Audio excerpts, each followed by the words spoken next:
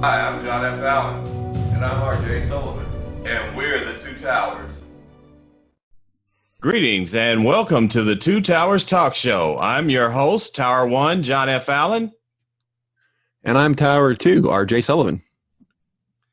Today we're going to review and discuss Da 5 Bloods, a Spike Lee joint. This film came out in 2020, was released on Netflix on June 12th, and it stars Delroy Lindo, Clark Peters, Norm Lewis, Isaiah Whitlock Jr., Chadwick Boseman, Jonathan Majors, Vin Tran, Juan Reno, and this particular film was originally written by Danny Bilson and Paul DeMeo in 2013. The script was reworked by Spike Lee and Kevin Willmont, who paired up for BlacKkKlansman. This particular film follows a group of aging Vietnam veterans who return to the country in search of the remains of their fallen squad leader, as well as the buried treasure they left behind while serving there. And let me just say right off the bat that I am a fan of Spike Lee. However, there are some of his films that were, okay. This one in particular is one that I really enjoyed as of recent times. I really enjoyed this film. I thought that the casting was spot on. I think that all of the actors gave good performances. I was particularly impressed with Delroy Lindo's performance. I've been a fan of Delroy Lindo from the time I first saw him and all through the 90s in the films that he's been in. And I just really, really think that this was a standout performance. Probably might even be worthy of an Oscar nom. A lot of people are talking about it. This film has received really positive reviews, and I think that this is going to be a success for Spike Lee, who's had a string of good movies and then some that weren't so great, and then he's basically on the rebound. Including this one, his last three films have really been pretty good. So I hope he continues to ride that wave of success. What about you, RJ? Yeah. As of this recording, this movie hit Netflix less than 2 weeks ago. So this is a brand new one for us, for everybody that might be experiencing it. I think it's pretty amazing that the streaming services are making out so well during this crazy time. This is obviously a huge grab for Netflix to grab a brand new a budget auteur film by Spike Lee, and to have the ability to premiere it is quite that's quite something for Netflix to do. So I was excited about this movie. I'd heard some good buzz as soon as it was released. My experience with Spike Lee is pretty hit and miss. I saw Do the Right Thing in movie theaters back in the 80s when that was the thing I had to see. I very much enjoyed it at the time. I've seen a few other films. Girl 6 was one that, for some reason, even though I didn't care for it that terribly much, I didn't think much of it when I saw it. It stuck with me as a peculiarly stylistic film that even though I didn't really get where it was going or what it was trying to do, Spike Lee always impresses, even if you don't quite understand everything he's doing. So there's a couple more films I have not gotten to yet that I really should get to. BlacKkKlansman is one that's been on my radar for a while, and I probably just need to sit down and watch a few more of his films. But as far as this movie goes, really, really liked it. a great deal. There's a lot going on here. Spike Lee definitely brings his all, stylistically, as far as the cinematography and the structure of the story, the way he intersperses it with historical events. Really, really interesting journey with all of these characters. Like you said, Delroy Lindo is definitely the standout performance here. I looked him up. Has a long career, but nothing really stood out to me that I had seen before.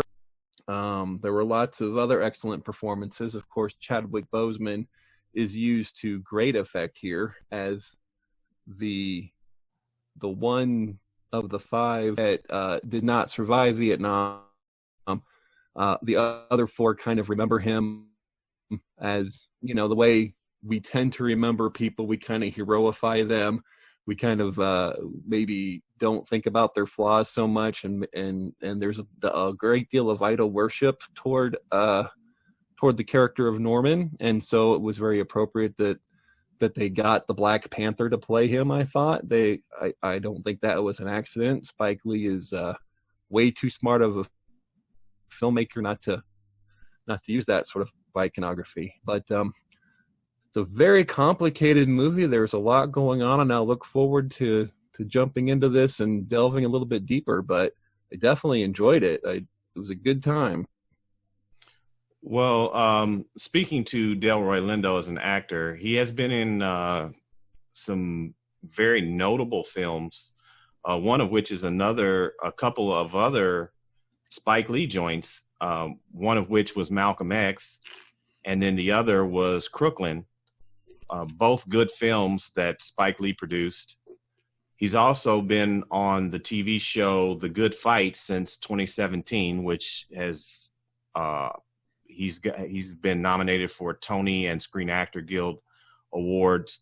So he's been around for a while, been in some pretty good movies. I would say that of the films that I've seen him in, this particular one is one of his best performances as of yet. And just to speak briefly again on Spike Lee's films, I followed Spike Lee's career from the very beginning, primarily because of the era in which he debuted as a filmmaker. So the first film that I saw by Spike Lee was She's Gotta Have It. It was pretty much coming of age for Black folks, along with School Days. Those were 2 of his most popular films, coming out in 86 and 88 respectively. And then Do the Right Thing, of course, in 89, which is probably his most popular film. And then a couple of other notable ones, if you haven't watched his movies, are Mo Better Blues, which starred Denzel Washington and Wesley Snipes, Jungle Fever, which starred Wesley Snipes, and of course Malcolm X, which starred Denzel Washington as Malcolm X. And then you have Crooklyn, which is the family story that starred Delroy Lindo. Of course, he's had other films. Girl 6, I think, was more popular because of the Prince soundtrack than anything. But it was one of those quirky films that, I personally didn't get into, but, I do remember the soundtrack more than anything. He Got Game, Summer of Sam, Inside Man, and another favorite. And so when I first started talking about Spike's films as of late, from I'd say 2006 to now, Miracle at St. Anna. Miracle at St. Anna, I highly recommend. RJ, if you haven't seen it, I suggest you go see that one. That one is a really good one. It deals with war. Also, Chirac, Black Klansman, which is based on a true story and stars John David Washington, who is Denzel Washington's son. And, of course, The Five Bloods, which we are reviewing today. So hopefully that gives you a little bit of insight into some of the films that Spike Lee has produced. Two notable films before we move on that he was a producer on, which are staples within the Black community at least, are The Best Man, which starred Ty Diggs and Nia Long, as well as others, and of course Love and Basketball, which starred Omar Epps and Sanaa Lathan. Those are two very popular films, in general, but especially in the Black community, that if you haven't had a chance to check out, I recommend them. So pretty much what we are going to do with our review of this film is to give you an overall feel, and then our ratings for the film before we deep dive. Like I said, I really enjoyed this film. I enjoyed the acting, specifically and particularly Delroy Lindo's performance. I think that a lot of the art aesthetics I enjoyed. I do have a quibble with one thing. I'll get into that a little bit later. It wasn't a deal breaker, obviously, because despite that, I really enjoyed the film, but it was something that I kind of wish that maybe a few $1 million more had been, produced for the budget in this film to make it a little bit mo better, as it were. But I'm going to give this film a solid 4 towers. It would probably, had they addressed that other issue that I'm going to talk about a little later, this would have probably been a 4.5. But I can't get over that. That was one thing that kind of bothered me. It wasn't a deal breaker, again, when I get to it, but it knocked off a little bit for me. But otherwise, I really enjoy this film. I enjoy the director's take on the film for the most part. I enjoy the performances and especially the subject matter. There's a lot of deep issues beyond this just being a film about people going back to Vietnam to search for treasure and stuff like that. It's a lot deeper than that. And there are a lot of social issues that are addressed that need attention. And so I think Spike Lee did a good job in bringing them to the forefront in this film. What about you, RJ? Yeah, I keep fluctuating. I was going to come in at a 4, and then I keep asking myself, why don't I just give it a 5? And I can't really come up with a good reason not to. But to me, this just feels like a 4. No specific quibble, no specific problem with the movie whatsoever.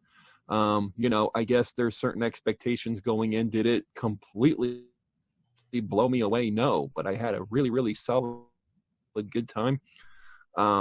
There is a lot to discuss here, and I know that John and I agreed ahead of time we don't want to get too much into it because you really want to watch this as unspoiled as possible. So I think I'm gonna split the difference and go 4.5. You've heard my reasoning why. There's really nothing against this movie whatsoever to not recommend. It's a really solid couple of hours to sit and really have some. You're going to be thinking about a lot of things as you're watching it. Spike Lee never half-asses anything, for lack of a better term. I mean, he goes in 100%, even on films that I don't necessarily get or agree with where he's coming from or what the message might be. He's always going to bring his A game, and he definitely does here. So that's our rating system, and then we'll get into the nitty-gritty detail about it. But if you don't want anything about the movie spoiled, you probably just need to pause, fire up your Netflix, and watch the film and come back. Absolutely. Yeah. And I couldn't agree more with your rating. As we are going to get into, I'll explain why it didn't quite make the 4.5. I really wanted to so badly, but it's just that one thing that kind of bothered me that kind of took that off. But that does not dispel any anything with regards to how well this film was made and produced and how much I enjoyed watching it. So you've been warned, spoilers, as you'll see on the screen. Dun, dun, dun. Okay, so there's no turning back now. We are going to pretty much deep dive into this film. And let me first say that upon the first viewing, because I'm going to watch this film again. I've only seen it the one time, and the one time was, really impressive for me.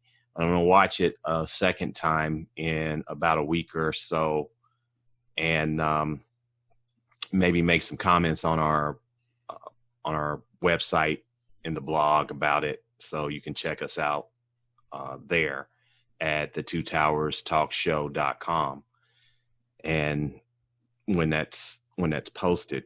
But this film and the idea that it tackles men who have served and the aftermath of their service and what they deal with once the war is done, once they've survived, being in situations that are horrific for anyone to even fathom, let alone actually endure, and what that means in general, but specifically what that means to Black soldiers who have another layer of issues that they face, specifically those from the Vietnam era and prior wars, Korean, World War II, World War I, etc.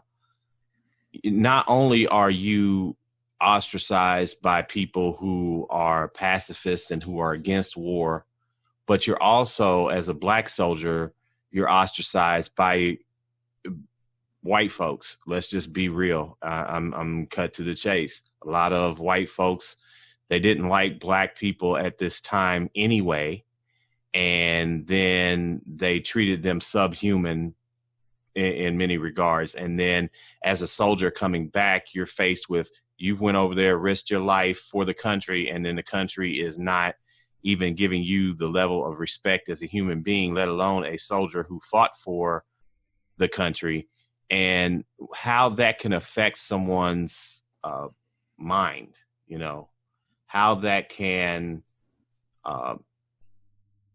work to exacerbate the post-traumatic stress disorder or syndrome that you would face anyway as a soldier having served in combat. And Lee did a good job in illustrating this through these characters. And that, I think, that subject matter and that particular topic had me invested in this film early on to begin with. And then the performances just blew me away on top of that. So that's my early take on everything. And then what do you think, RJ? Well, there's a lot to unpack here. You've just kind of started in on it. You and I, we grew up. No, we weren't little kids. We were in high school, college when Vietnam was the hot thing in movie theaters. There was a Vietnam film coming out every 6 months or so that was looking back, and it was mostly about, they usually took place in the 60s and focused on whatever the director wanted to talk about regarding the Vietnam War itself. America was kind of going through a healing process, trying to come to grips with that crazy time.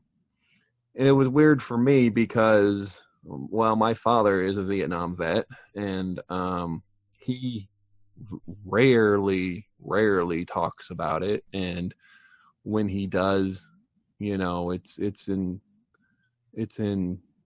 little bits of information and little bursts, and we just kind of leave that whole thing alone. But it's growing up in my household, it was always kind of a hot topic. You just didn't really talk about it. As a result, I didn't know that much about it until much later, where I kind of did my own research, and then of course all the films that were addressing it and Spike Lee could have made a movie about black soldiers in the Vietnam War, and it could have been set in the Vietnam era, and I think that could have been a plenty move. It could have been a lot of movie right there.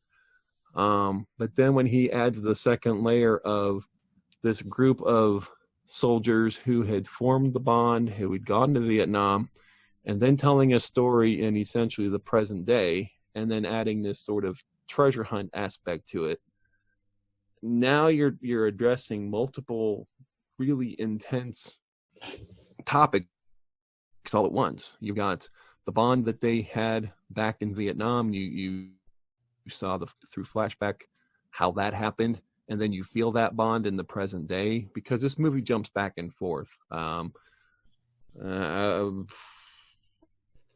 want to talk about the filming and the aspect ratio. I'll save that for later, but it jumps back and forth in different eras so that you're getting information in bursts, scene to scene, so you don't really know everything that's going on till pretty late in the film, when they finally go back and reveal some vital information that the film's been sitting on, but the audience isn't privy to. So everything kind of unfolds. This is not something where you're not going to have your laptop out and kind of trying to multitask with this movie. You have to pay very close attention or you're going to miss it. And I think that's true of any really, really good film. And this would definitely be one of them. This is not a movie that you just have to pay attention to. Right. So you've got the bond in the past, you got the bond in the present day, and then you've got all these little vignettes where there's a lot of wounds from the Vietnam era that have not been healed. These soldiers go out to a bar, they get into fights with the natives who remember that, you killed my father, or my grandfather fought you, and nobody knows who specifically fought who, and nobody really cares. The anger is still there.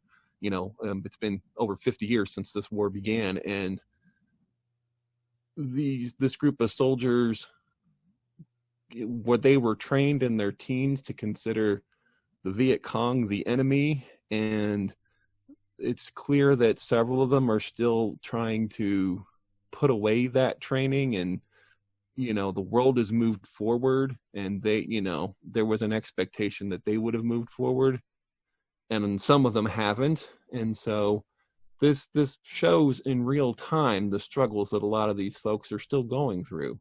I'm reminded of, just putting this in something that immediately came to mind for me was John McCain visiting Vietnam in 1985, the politician who, of course, recently passed away, who was known for his for being a prisoner of war and the brutalities he endured, and thinking that we haven't seen very many movies about soldiers that go back to a more modern Vietnam, where you see the McDonald's and you see the restaurants and you see the public transportation, and they've got paved roads, and that it wasn't like that not that terribly long ago. And so it's interesting how he covered all of that in this 2.5 hour film. There's just so much going on here with the characters, with the changing settings, and I was really, really impressed with how much he took on, along with the occasional historic clip to give everything more context. So I'll leave it at that. I'll pass it back to you, John. Where do you want to take this next? Well, I'll piggyback on what you said with regards to how the scenes flash back, and that is my quibble. So I'll get to that now then. Sure. I followed it along. Some people that I've spoken with who have seen the film who were not as impressed with it as RJ and myself had issues with the fact that in the flashback scenes, the actors weren't de-aged. They weren't subbed in by younger actors to play their roles from almost 50 years ago. It's like you're they're right back there as they are. Now, I got that from an artistic perspective, and Right. it wasn't a deal breaker for me. True. Go on. I got that. It didn't just make me angry or incensed like some people were when they viewed the film. However, it would have been nice to have seen those actors de-aged. Now, I know that is a lot of money. Those effects are very detail oriented, and even as far as we've come with CGI and special effects in films and even TV shows in today's technological world, those are still some expensive effects. And I can understand why maybe they kind of said, no, we're not going to do that. Plus, this is what Spike Lee's artistic vision was. That doesn't mean that I would not have liked to have seen it as a viewer. So, like I said, it's a minor quibble, but it was one that kind of, was like, okay, well, it's definitely something I want to mention. The other quibble on top of that was the timeline with regards to one of the characters' lover from back in Vietnam. So let's kind of look at that. One of the characters, his name was Otis. He's played by Clark Peters, who some of you may know from The Wire and other films. He had a relationship with a Tien Lu, a woman whom he met while they were serving in Vietnam. And he visited her when they returned to Vietnam during the course of the film in present day.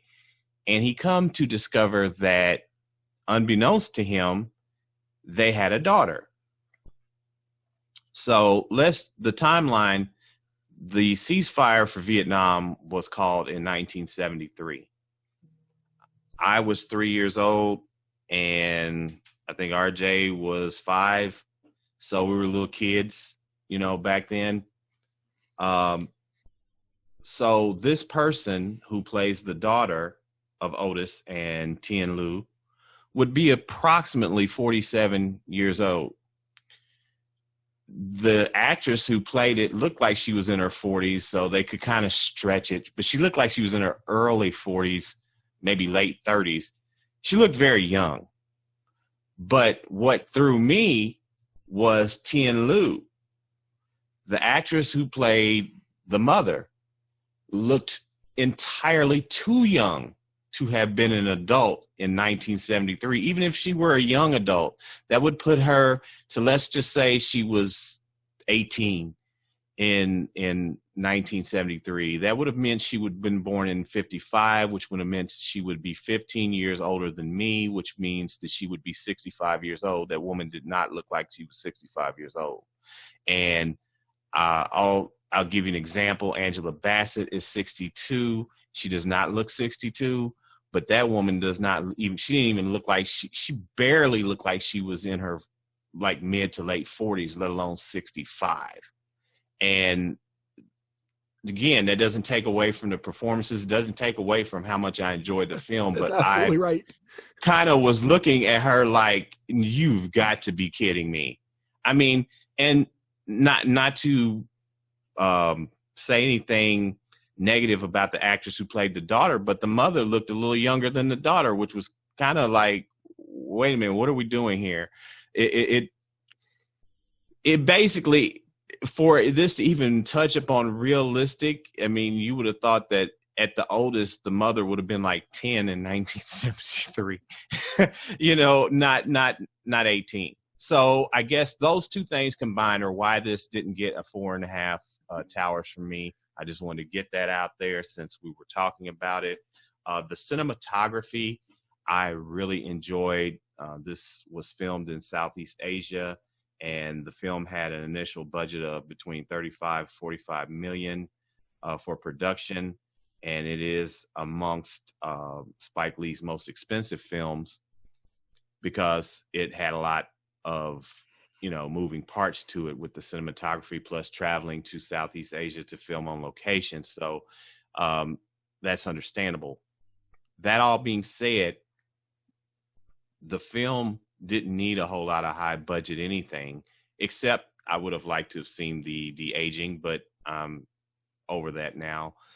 The way in which it was filmed, the story, the plot, how it came to be, how they showed the aging characters, the vets, and the physical ailments that they had, the time that had passed, how long it had been since they'd seen each other and been together. All those things were very well written. Just to give you an overview of the actors who played the characters, Delroy Lindo was 18 at the time that he was actually born in 1955, so he was 18 in 1973.